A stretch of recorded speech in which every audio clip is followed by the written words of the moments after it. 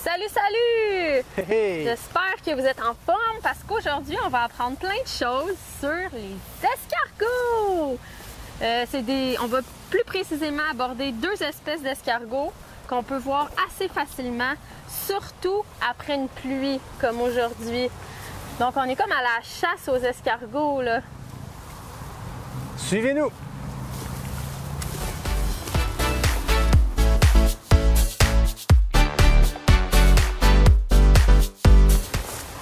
Il pleut. Merde.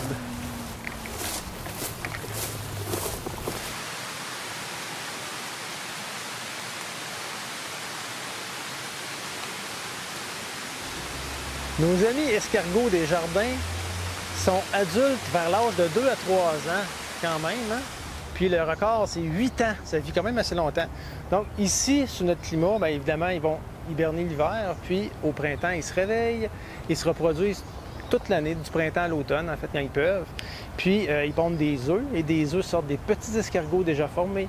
Et chose intéressante sur les escargots, l'escargot est mâle et femelle à la fois, hermaphrodite, sauf qu'il ne peut pas se fertiliser lui-même. Donc, ça prend vraiment 2 escargots pour s'interfertiliser. C'est compliqué. L'habitat des escargots, c'est des milieux ouverts, comme celui-là qu'on a ici, là, qui sont souvent perturbés par les activités humaines, où poussent des herbacées, des plantes herbeuses, des arbustes.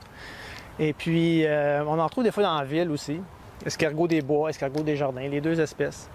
Les prédateurs, plusieurs oiseaux en mangent et plusieurs petits mammifères en mangent. Est-ce que l'humain en mange? C'est sûr que c'est comestible. Oups, je les échappe tous, ils sont très gluants. Et son alimentation, c'est des feuilles mortes et un peu de végétation vivante aussi. Donc, c'est un végétarien. Et il n'est pas considéré vraiment comme une peste. À part peut-être parfois dans les jardins, mais pas au même niveau que les limaces. Donc, les beaux petits escargots qu'on a récoltés, ce sont des escargots des jardins. Leur nom latin, c'est Sepia hortensis. Là, ils sont tous jaunes, mais ça peut arriver qu'ils soient rayés.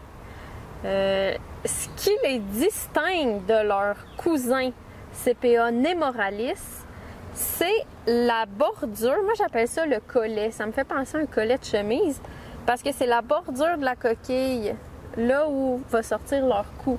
Cette partie-là, elle est jaune, tandis que chez leur cousin Sepia nemoralis, elle est brune. Sepia nemoralis, le nom français, c'est escargot des bois. Donc, ce sont deux escargots qui se ressemblent. L'escargot des bois est aussi rayé. Parfois, il va être entièrement brun. Mais ouais, ils se ressemblent beaucoup, puis on peut les trouver, nous présentement, on est dans la région de l'Estrie, donc on peut trouver les deux espèces. Voulez-vous savoir comment les escargots des jardins sont arrivés ici? C'est une belle petite histoire. En fait, ils sont introduits d'Europe. D'ailleurs, je salue tous les Européens qui nous suivent. Vous avez de bien belles bestioles chez vous. Mais on sait que les escargots des jardins se retrouvent aussi sur la côte est des Amériques. Et là, il y a eu des rumeurs comme quoi ce seraient les Vikings qui auraient introduit l'escargot des jardins pour s'en nourrir, entre autres. Mais des recherches archéologiques ont trouvé des fossiles de cet escargot en Gaspésie, et ça bien avant les Vikings. Donc, on a la preuve là, que cette rumeur-là des Vikings, ça tient pas la route. Les escargots, comme on a dit, aiment beaucoup les températures fraîches, humides, la pluie. Donc, l'été, quand il fait très chaud, ils vont estiver. C'est comme l'hibernation, mais en été. Donc, ils sont complètement immobiles et rentrent dans leur coquille. Puis, ils vont fermer l'ouverture de la coquille avec un mucus qui durcit. Ça ressemble un peu d'un pellicule plastique saran wrap.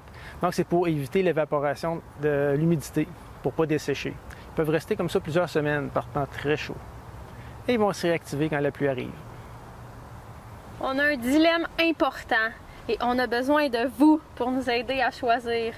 On a nos beaux escargots. Qu'est-ce qu'on fait? On les mange. L'année dernière, on avait essayé de les manger, mais on a complètement raté notre recette. Puis après avoir parlé avec un ami français qui est plus habitué avec les escargots, il nous a dit c'est quoi les bonnes choses à faire. Donc, on aimerait ça retenter l'expérience. Ou 2, on les garde en captivité, on leur fait un bel aquarium, on leur donne de la nourriture et tout, dans l'espoir de pouvoir filmer un accouplement peut-être ou simplement d'observer leur comportement. et de faire une collection de merde. Parce que c'est très mal propre des escargots. Parce qu'il y a beaucoup d'excréments. Qu'est-ce qu'on fait? Les deux!